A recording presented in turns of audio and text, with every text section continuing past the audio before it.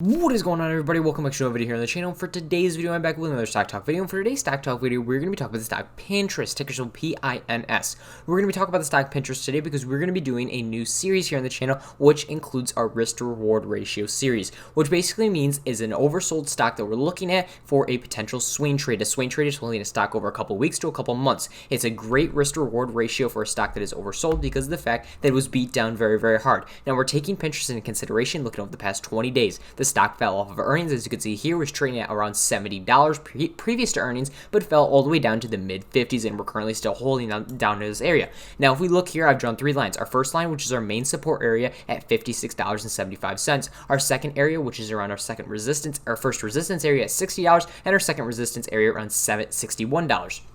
So taking into consideration what we have right here, let's bring out our handy dandy tool and take where we're trading currently right now, which is on the lower side of this scale, which is the support area. If we take an entry right here at the exact price of $57.18, which we're currently trading at right now into after hours, we have to upside of where our first resistance is about 5%. Second resistance, we have about 6.6%, and to back where we're trading previously to earnings, we have roughly 25+% of upside. That is a huge amount of upside to fill into this gap. Now, I'm not going to say it's going to pop overnight or the next day, but over time, if it does start to fill this gap, we have about 25+% of upside to our previous highs where we currently were before earnings. Now, looking to the downside, barely anything. If we play completely towards the support area where our lows were during earnings, and if we can hold this area and we do not drop below it, we have less than 1% of downside, meaning that this is a beautiful risk to reward ratio play if you take an entry point anywhere above the support area and make sure you cut losses as soon as it drops below support, but let it ride if it stays above support. Your risk is less than 1%. You have